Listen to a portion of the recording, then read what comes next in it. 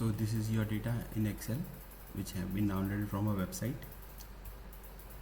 So I'll show you the shortcuts, how to increase your productivity and reduce your effort time.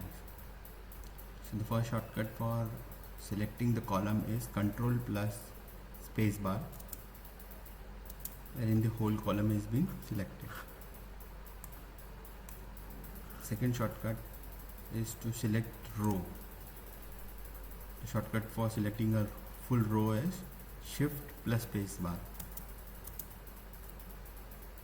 Okay. So now the data is the width of the column is standard across all the columns. Okay. So how do you auto fit the width of the column as per the content in the cell? So first of all, we'll select the whole sheet with Control A, press Alt O C A. So now if you see, the column width is been auto adjusted.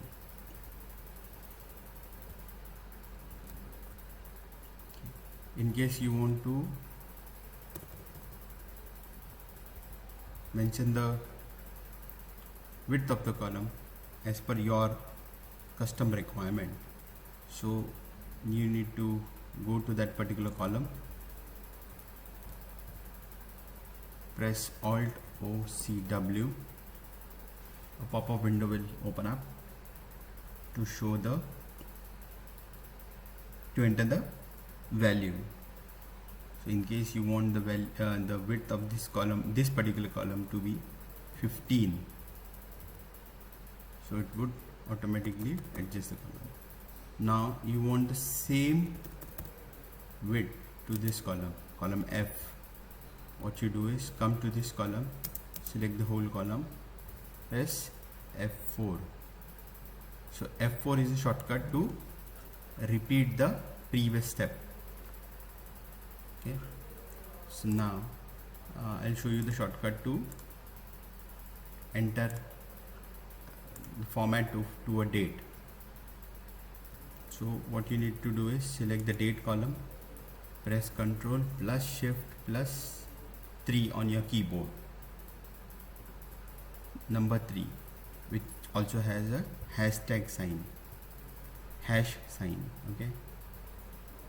So if you see, the date is being changed from this format, this particular format, DDMMYYYY format, to DDMMMYY format, which is much easier to see the dates, see the months. Okay. So now the next shortcut I like to show you is insert a date in a particular column. For example, you want to insert a date, today's date. So you do a Control plus semicolon,